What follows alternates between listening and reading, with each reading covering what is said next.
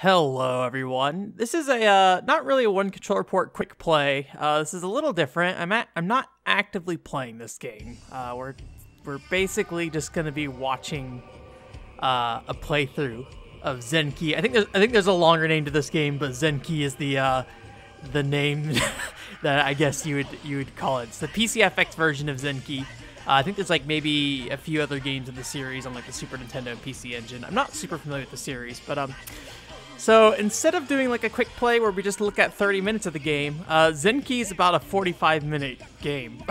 So I thought maybe we I'll commentate over it a little bit. You're pretty much gonna see the entirety of what this game has to offer during this. So if you don't want to spoil yourself on Zenki for the PCFX, then maybe don't watch this. But yeah, Zenki is I think it's one of the most expensive, if not the most expensive PCFX game. I've seen it at least in the past listed for like over $1,000. I don't know if that's a typical price or maybe I just caught it at a bad time on eBay or something. But yeah, it's pricey and not worth $1,000 unless you're collecting. I think that's very obvious. In this case, just as a heads up here, I do not own Zenki. I am playing this on real hardware, not weird hardware. PCFX is kind of weird, but I am playing this on a using a burned copy. So there may be some issues here and there in terms of the animated cutscenes. I think I pretty much edited out the issues for the most part. There was a couple of cutscenes that didn't play right, but I have previous recordings where they did play right, so I just kind of splicing them in here, and going through that. So Zenki is kind of an interesting thing on the PCFX because a lot of the games on the PCFX require a significant amount of Japanese understanding to really get the full experience from them. And obviously right here we have some Japanese voiceover, and I have no idea what's going on voice-wise. There's some birds, things are evil, things are happening.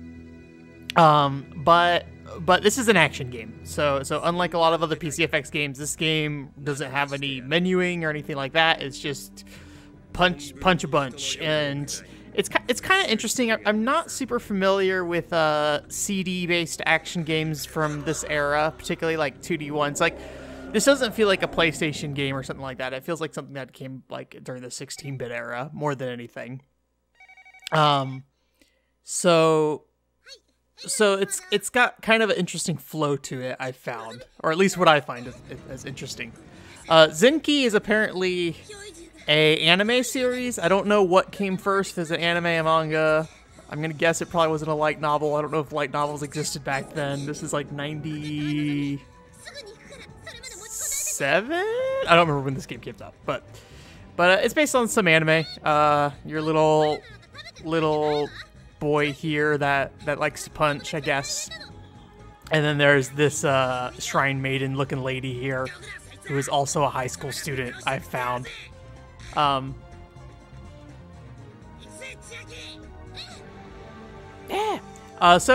the opening of the game takes a little while to get going. There are quite a few cutscenes up front here. So you can choose your character who you want to play. So you can play Zenki, or I think her name is Chiaki, is the other girl's name, or the girl's name, I guess. So I'm gonna start with Zenki here, but at some point we're gonna swap over to Chiaki about halfway through the game. So if you're playing this game, not really by default, but like so it's kind of weird. The PCFX controller has these little like toggles on them that you can switch from mode A to mode B, and if you have those toggles set to mode A, basically if you want to use any special moves in this game, you have to put in button combinations. I don't know what those button combinations are. I couldn't find the manual online anywhere. It's probably out there somewhere, but I, at least in my short search, was not able to find it. And so I don't know what those button inputs are. I figured out a couple of them, but basically, if you switch either one or both the little mode swap or triggers on the the controller, there's 6 buttons on the controller, but this game by default only uses 3. It basically activates the top 3 buttons and then assigns each of the special attacks to one of those buttons. So if you do ever play this game, I'd highly recommend doing that. It does make the game a little easier because you're not having to put in like button combos or something like that. But for such a short game, it's probably worth just doing it rather than sitting there like spending a ton of time trying to learn a bunch of combinations. Like I said, this game's by the end of it, like we're about, I don't know how long we're in. I can only see the frame count. Oh, we're at about 5 minutes in.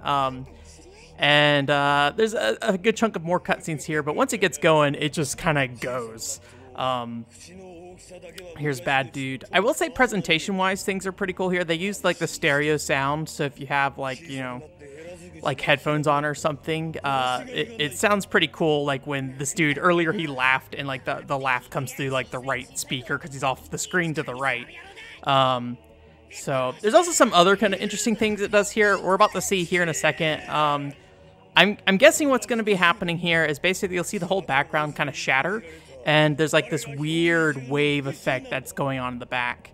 And I'm pretty sure what's happening here is that basically there's an FMV playing in the background, and they overlay the sprites on top of that FMV. So the sprites are still rendered or whatever you would call rendering sprites. I don't know if, I know like rendering is like 3D. Is used in like terms of 3D, but like right here, so like the character sprites are not a part of that FMV. It's just these sprites are on top of that FMV in the background. What I assume is an FMV. I don't know if the PCFX would be capable of pulling something like that off without just having a video in the back. I'm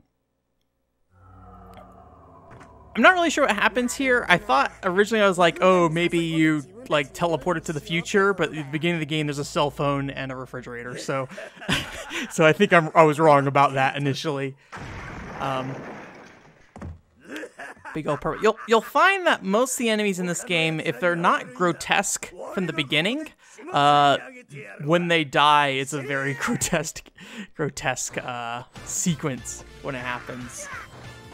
I will say this game is actually pretty easy, but I do struggle here a little bit. I was a little distracted while playing this time through, so I actually do get pretty close to losing all my lives at one point. But overall, I'd say this game is fairly simple to kind of mash your way through. I was trying to use a lot of move variety, but that slide that I'm doing right there is very, very useful for just like burning through any enemy in the game, honestly. If you just sit there and spam slide, you'll typically murder everything on screen.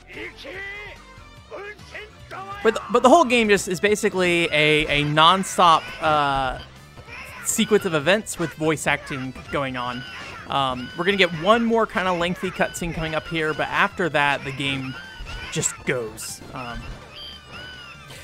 I will say, you know, this game feels good enough to play. I don't think it has... So, to kind of explain how the controls are working here.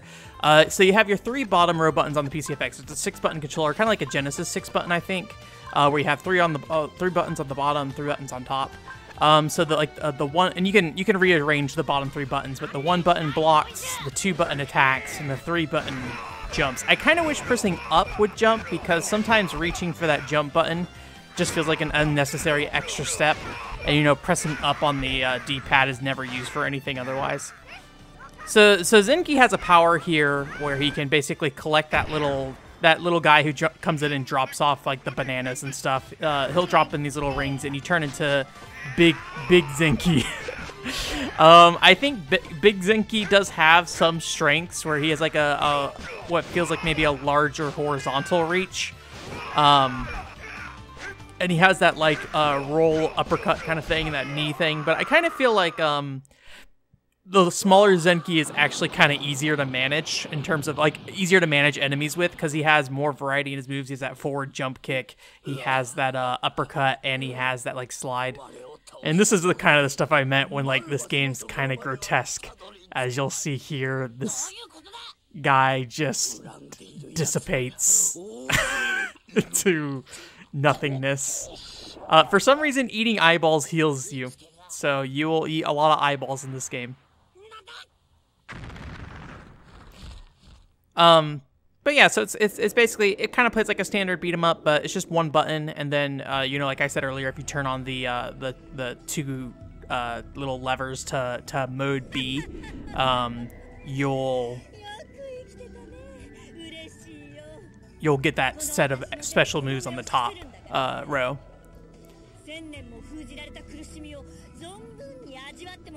This cutscene here doesn't like make a lot of sense of what happens. I don't like this part right here.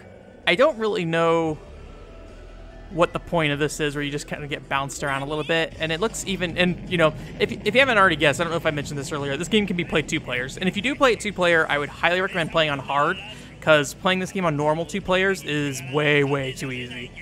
The number of enemies doesn't increase or anything like that in 2 players, so it's literally just, you know, having 2 people on screen.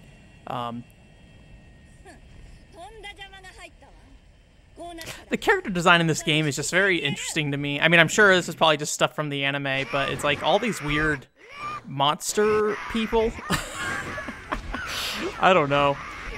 He's like attached to that bird or something. You'll see a lot of monster people in this game. Usually I'll just leave those bracelets on the ground for a while if I can, because they do heal you a little bit. Not a lot, but it's nice to save them until you need to really get that health in. So, there, like I said earlier, there's a guard. I find myself mashing through the majority of this game. That can punish you at times. Like specifically on the boss fights, I think it is probably valuable to guard more often. But I may be not the greatest at remembering to do that. So I'm better about it in fighting games where I can just like hold back. But in an action game like this, where I have like free movement from left and right, like actually remembering to press and hold the guard button can be a little not difficult for me, but I just kind of forget. As far as I can tell, that roll doesn't do any damage, so you just have to make sure you hit him with the uppercut on that. So, I mean, this is a nice looking PCFX game. I'm not super familiar with you know, what the PCFX is capable of technically. I wouldn't say this game really, like, you know, defies my expectations of what the PCFX games would look like or anything. Like, I think the FMV layering, like, with the sprites on top is cool, like, from a technical perspective, but maybe not so much the, like, the actual sprite work looks fine. I wouldn't say I'm super impressed by it, but... And just as a heads up, you can see, like, on the bottom of the screen there, and sometimes at the top of the screen, there's some, like, little visual glitches and stuff. I'm playing this via, like, a frame meister or something, so there's, like, overscan where, I assume it's overscan where, like, the CRT would be. Here comes that eyeball. Whip!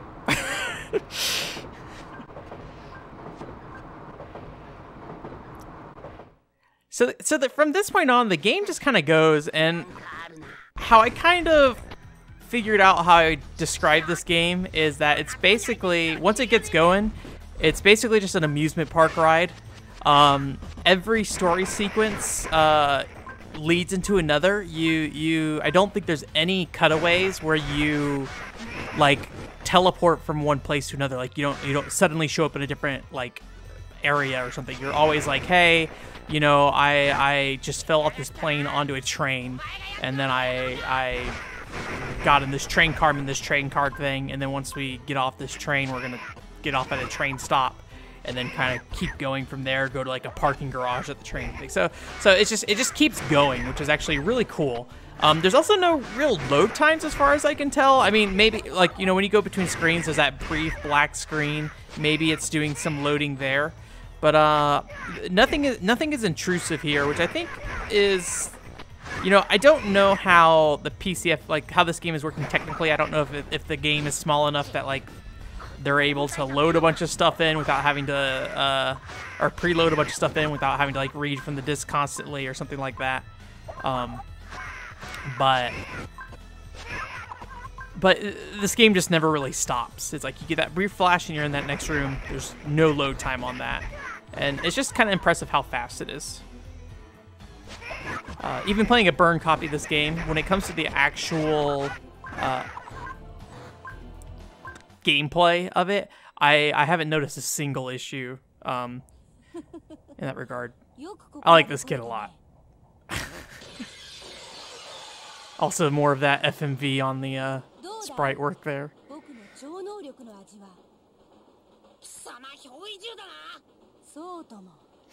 That FMV in the background later, like with the sprites, kind of reminds me of like the Final Fantasy. This is silly.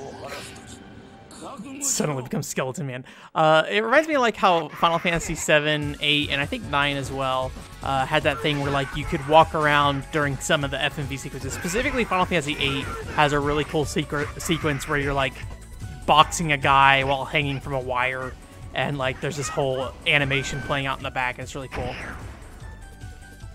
Become Zenki.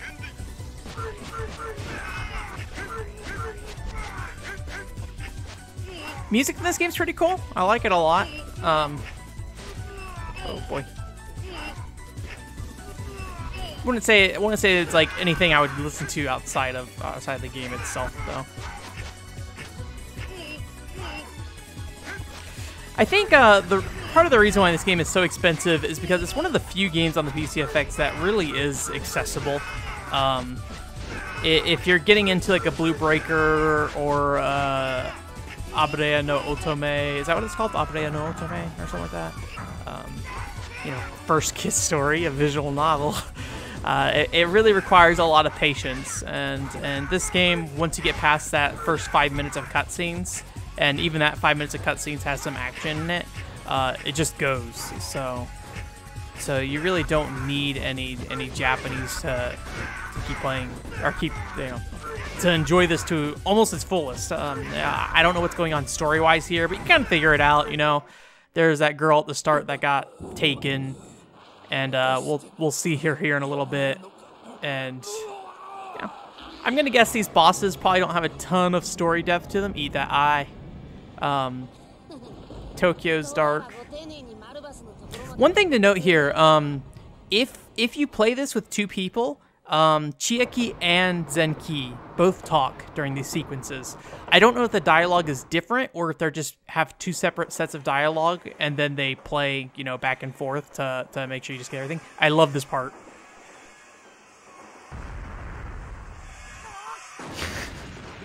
It's just so violent that you like slam on the ground. You're also gonna get a little bit of spoiler here. There's as far as I can tell, there's a secret one up here. I think.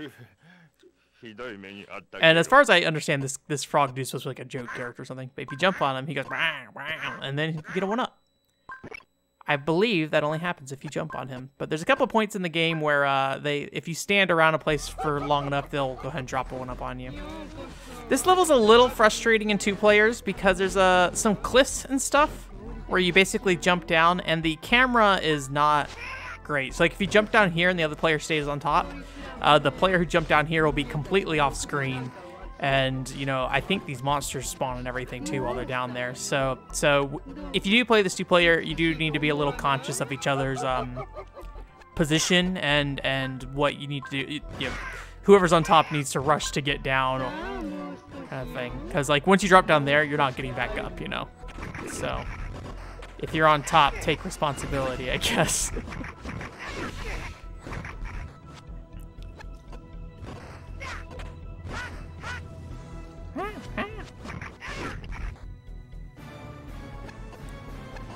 All these levels are pretty distinct. There's some like platforming in here. This I think is the hardest boss in the game. It has the ability to hit you a ton of times, which you'll see here in a little bit. I do think maybe I like this boss's design the most, which is silly because it's very, very simple, as you'll see here. It is literally just a snake with the person's head on it and 2 tiny arms with tiny swords.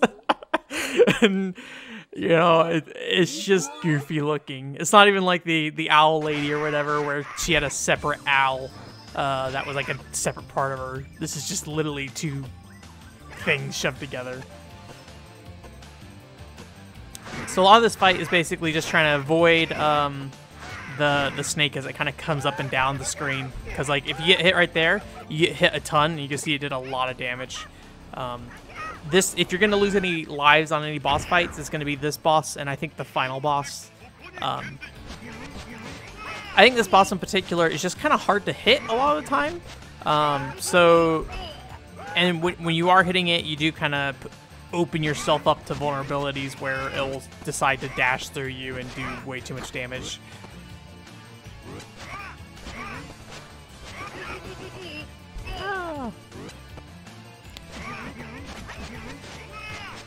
There's a couple of parts in this game, as we'll see later, where there's very easy ways to lose lives. In the bottom right-hand corner, we have a series of credits, but you know the one-ups are the credits you get down there. The continue system is very forgiving in this game.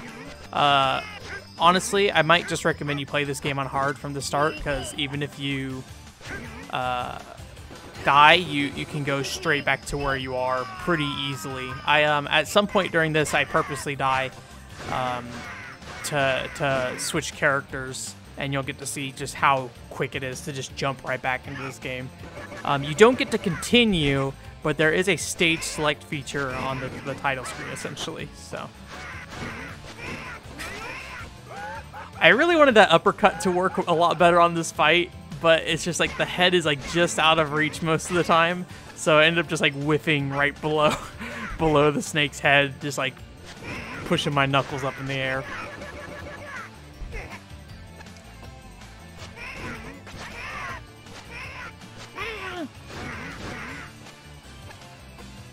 There's a couple of other PCFX games that kind of fall within this range. I'm going to not remember their names, though. There's Chip Jam Kick. That one I do know the name of. Like that thrashing. Chip Jam Kick is one, kind of like a Bubble Bobble clone. Give me that eye.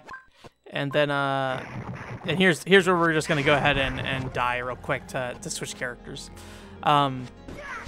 I think if you're just starting this game, I think Zenki's probably the best character to start with, just because he's very flexible, especially single player.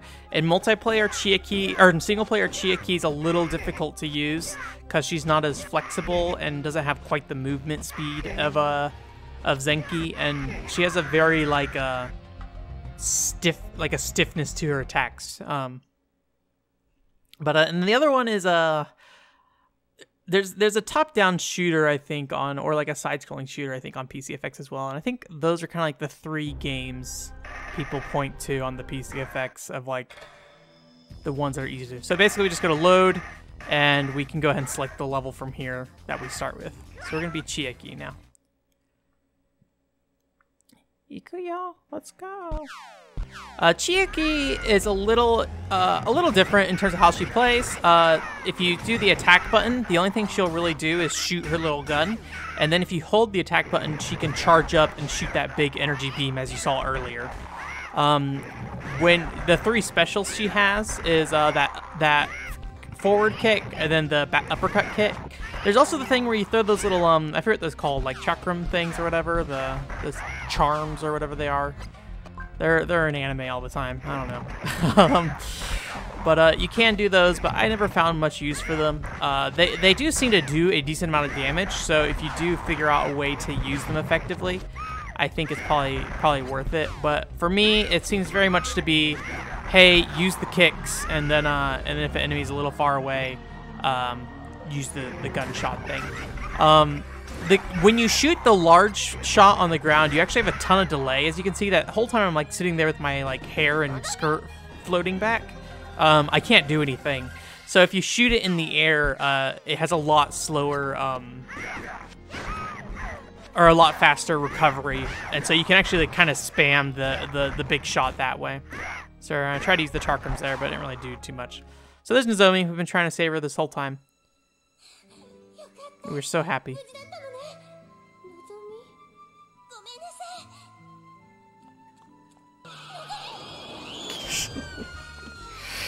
I like this boss's design. He's just like, hey, I'm a car monster.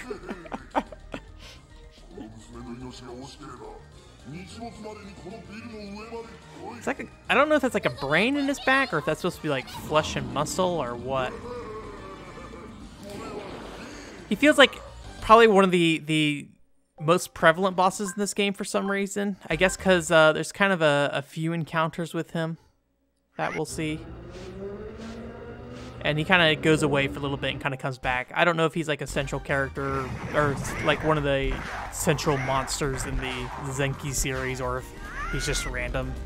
I think the other Zenki games are also kind of like punch 'em up brawlers, but might have some platform elements. If you didn't notice there, that portrait in the background, its face melted. I didn't notice that until the last time I played. I was like, oh, interesting. I think they might have some like platforming elements to them where this is just kind of like a straight brawler, but again, I'm not super sure on that. I don't have a ton of interest in the Zenki series. I do like the look of this. At the opening, the opening was very like 90s anime thing, but that's every PC Effect game. It's always some like anime 90s like good anime's 90 opening, but also just kind of that.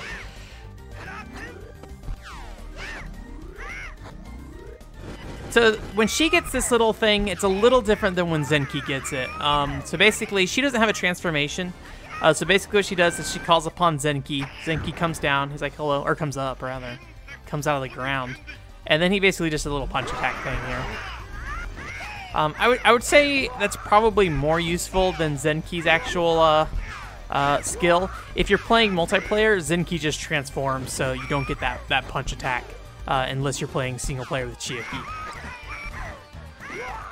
I would say Chiaki's kind of like the more advanced player, especially if you're not planning on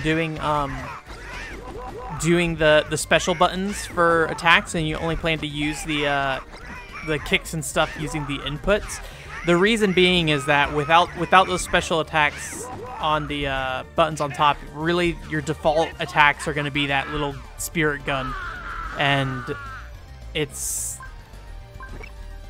kind of chunky to use it. She also just is kind of, she can't really get in and hit enemies very quickly a lot of times.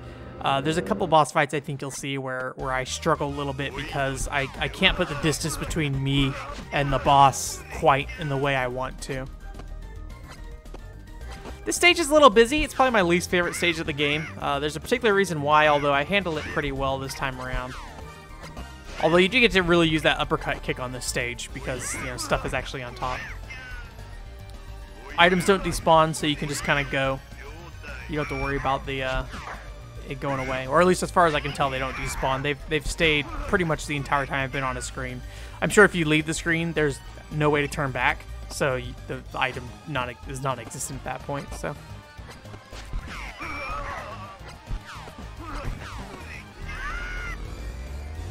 And try my little gunshot there.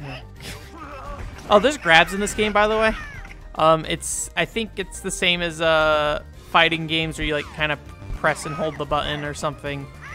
I honestly, whenever I play a fighting game, 99% of the time I grab people on accident, with the exception of like Soul Calibur, because it's just kind of like press the A and the B button at the same time. It's like an actual command. Missed that one up.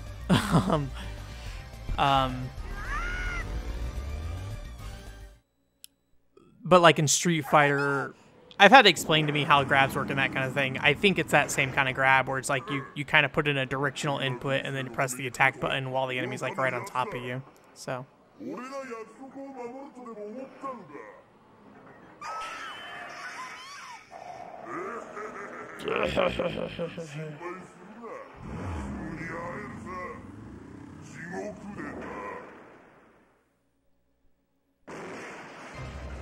So this part is, I have trouble with this usually. This has been fine because it's basically just a path to the right. And I think that's something I've never realized before. I've always tried to jump to the beams that were above me. And in 2 players, if you don't figure out that you have to go to the path to the right, it's an absolutely nightmare mess on here. You'll die really quickly. I don't think you die immediately when you jump off, but you take a ton of damage. So that early on was where I was losing a lot of my lives, but this time around, this is like maybe my 3rd time playing through the game at this point. I noticed you can go to the right there, and there's a full set of platforms you can follow.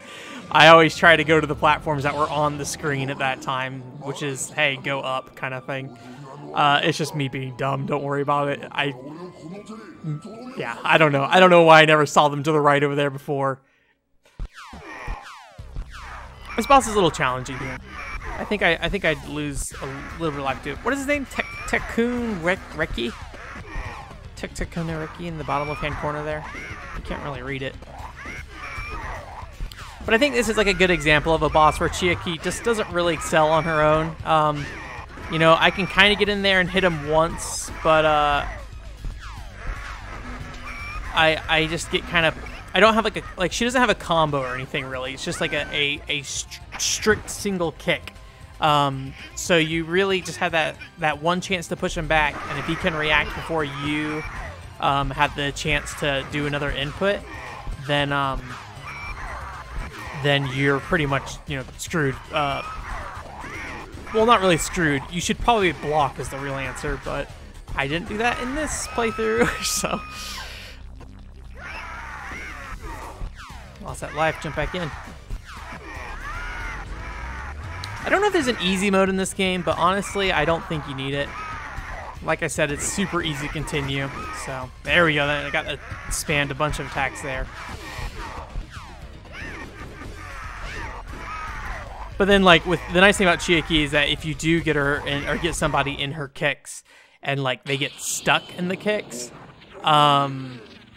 it's devastating. It hits them really hard, like because it'll hit them like 4 to 5 times. Rest in peace. Give me that eye though. I forget. Is there an eye here? Yeah, that's banana here. That's what it is. Spoilers. There's a reason I didn't get an eye. Because Lazaro's here. He took my eye. I think that's his name, Lazaro. He says in the first cutscene what his name is. There he is, Lazaro-sama.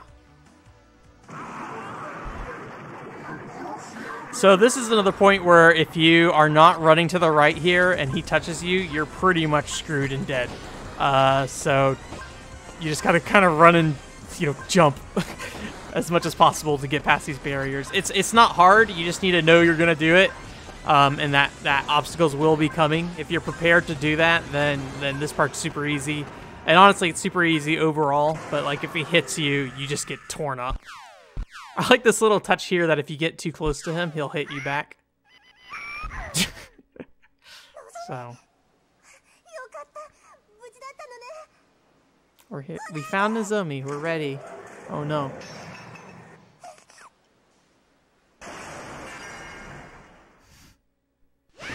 This fight's very easy with Chiaki because Chiaki just tears through him.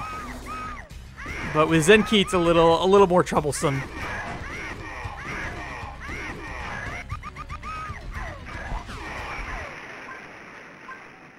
Almost missed that eye. It's like right there in the bottom left-hand corner. There it goes. So this is kind of the beginning of the end of the game here. So we're 30 minutes in. So maybe about 25 minutes of like pure gameplay here. And we are at the final stage here. Nozomi is evil and crying. I'm surprised she's not crying blood. That seems like something that would happen.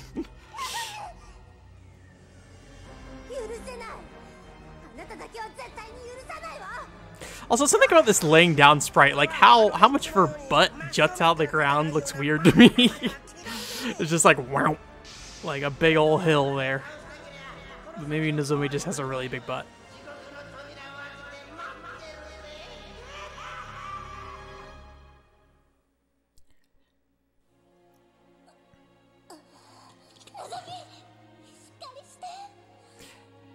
If I knew Japanese, I'd be very curious to see like how the dialogue changes between not the Japanese, sorry, if you have 2 players or not. I do feel like Zenki and Chiaki interact a little bit, but I could be wrong. One thing I could do, honestly, is just compare the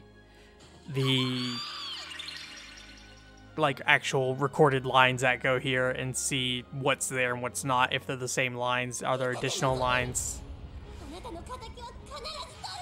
I'm curious what Zenki does here on his own, because in the 2-player, what he does is he just like stands there with his back to Nozomi. I wonder if he's holding Nozomi at all. Also, that transition's weird. It just like you get done with that cutscene, and there's just enemies sitting right on top of you once you get out of the cutscene. It's really silly. So if you're listening to the opening cutscene music, we have the opening cutscene music here again. The one weird thing is this level is super short, so you only hear like the first like 3 seconds of it. So like this is the end of the level right here. And like the chorus like just started. And the only reason it's keep continuing to go is because I turned back. So it's just like a really weird spot to put that song, because it's just like, here, kill 10 enemies and you're done.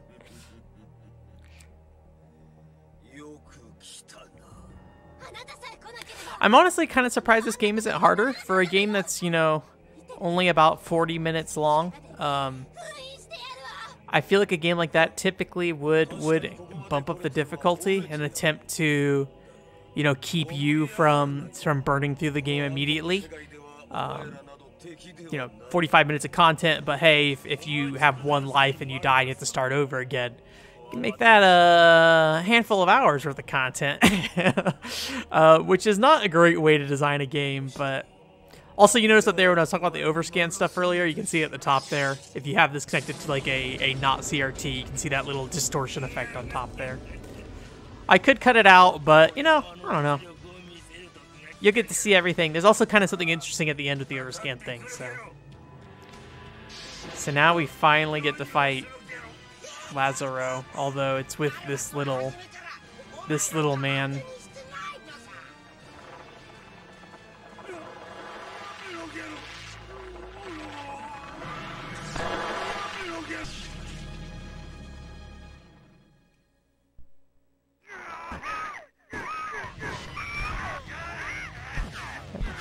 This fight is one of the other ones where Chiaki just kind of struggles a little bit, I feel like. But I think the big thing here is that you really just need to be on the defense with Chiaki. Like, you need to be blocking, and that's not something I'm doing right now. I figured that out here in a little bit, but it just takes me a little time. Because this dude's attacks are really devastating unless you're blocking them. And, you know... But, you know, if you're playing this 2-player, the player who's Zenki kind of sits up front, and then you can kind of sit in the back and charge your shots and just, like, spam those big energy beams. Which on a boss like this, which doesn't really have like a fall over state or anything like that, or, you know, it's a very difficult to get into that fall over state. Maybe not difficult, but he has some, you know, resistance to knockback, basically. There I am. Now I'm blocking. I know how to play this video game now.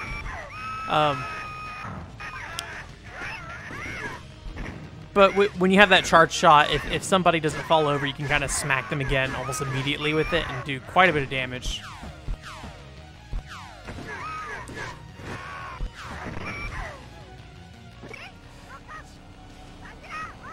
I never noticed that little guy's head is like, I think, melded inside of Lazaro's body there. I would, if you have a PCFX and like burning PCFX games is not particularly hard. You just got to kind of find a good ROM. You know, if you have somebody you know that can play this and have like a second controller, I think it's worth the time.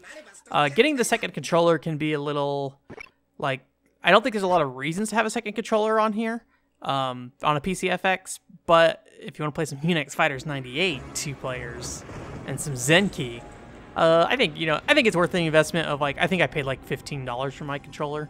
You know, maybe if it gets more expensive than that, maybe don't bother with it.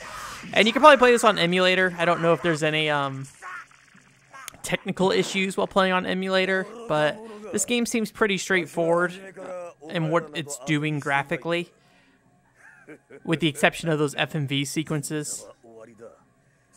And I think PCFX emulation has like gotten pretty decent. I know Magic Engine FX has a lot of problems, it seems like.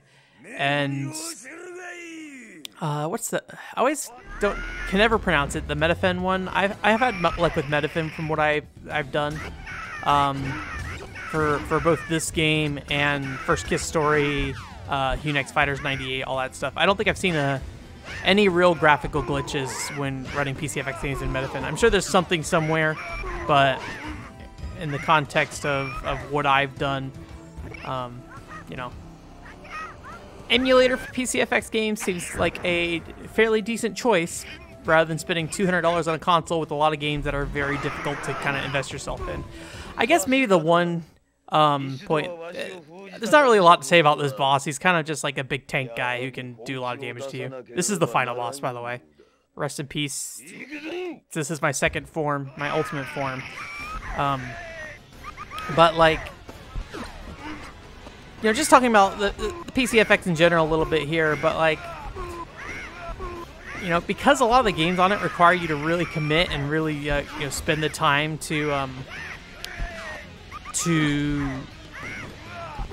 work your way through a game, I think it can be pretty valuable to have actual hardware, or at least the actual game, because at least for me, you know, it's very much, if I own a game and I own a physical copy of a game, I'm much more likely to play it and feel the need to play it versus if I just have a digital copy. I don't know why that's the case. This is going to be really close here, by the way, as we're about to see. I have 0 credits, but the boss is almost dead. But I am almost dead. So yeah, that was, I mean, it's over now, but like I literally had like a sliver of health there. I was pretty surprised I was able to get through that. I don't think those things in the back are polygons. I think they're just rotating sprites. The little pylons or whatever they are.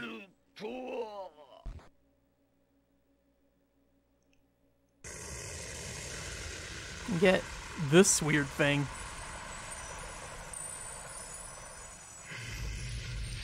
I think we go back to the beginning of the game at this point. Yeah, there we go. It's all a dream. It's, see that on the floor? That's Mario in his bed. But yeah, it's a fun game. Like I said, it's pretty much just like a roller coaster ride. You know, I could have just done like a quick play video on this, but you know, we would have stopped like at the part where like we killed the car guy, which is literally like the level before the final level. So I thought maybe it'd be interesting to try just, you know, talking over a game and just going through the whole thing, because you know, this is kind of what this game is. Don't spend $1,000 for this game. Hey, unless you are like, if you're an adult and you make your choices on what you want to buy and collect, you know, do what you gotta do. But like, man, I can't imagine spending $1,000 on this video game. Well, admittedly, I can't imagine spending $1,000 on any video game, although people do it all the time. Although I probably spent $1,000 on Final Fantasy XI over the years through subscriptions, maybe? I don't know. I'd have to do the math. It was like $13 a month for, I don't know how many years. 4 or 5 years, something like that. I spent a chunk of money on Final Fantasy XI.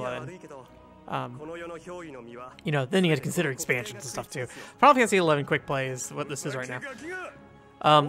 This dude, I have no idea who he is. He's in the opening cutscene we saw earlier, but he's probably both good and bad or something. Who knows? Watch the anime, I guess.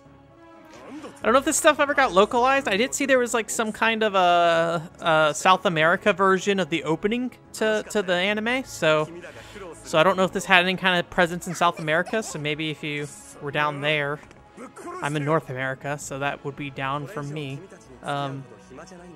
You know, maybe this is something desirable. But again, burn it. Just don't. You know, if they put out Zenki for the PCFX on PlayStation Network someday, I will definitely buy this thing. You know, if only for the same reason I bought, you know, Earthbound Beginnings or Earthbound Zero or whatever it is, because I want to support it. I mean, I played through it, and I would love to buy an actual copy of this thing, but no, not this one. I'm Bandai Namco, not this one. And this is kind of the end. It's the end of the video game. You get a couple of songs here. Hopefully I don't get copyright striked for any of these songs. I don't know if they're unique to this series or maybe if they're just licensed songs. But there's actually 2 credits here. So we just played through on normal mode. So if you spend the time on hard mode, you actually get a separate credit sequence. So we'll actually go ahead and see that here too once this is over. And there's one particular thing I want to know about that second cutscene we're going to see. So kind of pay attention to how this screen is moving. The slow pan to the right, and now the graphics and stuff are kind of sliding in and out. Although I don't know if the graphics sliding in and out will be relevant, but the background picture panning. Also, I don't know if she's dead. Like she sparkled. I don't think she's in the final cutscene. Maybe I'm misremembering and wasn't paying attention just now, but it seems like she's just gone. Nozomi, I think her name was. Hello, blonde man. Because only the blonde man was in the final cutscene, so I don't know. Maybe this is the canonical end of Nozomi. Or maybe she died in the anime too. Who can say? I have no idea if this is an original story or if it's pulled straight from the anime. Alright, and so here we have the hard ending. Should switch over here in a second. There we go. So what's interesting about this hard ending is we have this FMV playing here. In the top, in the overscan area, you can actually see that the normal credits are still there, or like the normal background for the credits are still there, and they're slowly panning across the top of the screen there. I thought that was interesting. That's honestly the reason why I left that overscan thing in was so you can see that little bit of an audio bug there. That's just burned video games. This is the best recording I have of the ending. I've had a couple times where the ending goes pretty bad. I think that's kind of what I've never really burned games before for CD. So I don't really know what to expect typically, but I'm really finding on the PCFX that the anime cutscenes and stuff and FMV sequences are very sensitive to that stuff. Like I burned a copy of Pia Carrot and things went real bad there. Not because I wanted to play Pia Carrot at the time, although there's a fan translation for Pia Carrot, so I at some point probably will burn it to play the fan translation. But yeah, the anime cutscenes did not do so well in there. Anyways, that's kind of it. Thanks for coming. I don't know if we'll ever do anything like this again. I just, it was like, hey, either we play 80% of the game, do a quick play, or we just finish it up. OneControlReport.com is the website. If you're interested in PCFX stuff, I have a review for Team Innocent, and then I also have a quote review of Hunex Fighters 98. That's the minigame hidden in First Kiss story. That's not really a full review per se, but it's a kind of like a history on Hunex a little bit, and then also it's kind of a mix of things. But if you're interested in, and especially if you're interested in PCFX games that are accessible to somebody who can't read any Japanese, I would highly recommend looking into to Hunex Fighters 98, because that is a fighting game. A tiny one, a tiny fighter in a visual novel, but it's actually pretty easy to access. You just need a little bit of time to dedicate to getting to the story, and you can pretty much skip all the text. So yeah, that's it. Thanks for coming. Hope you have a great week. Bye.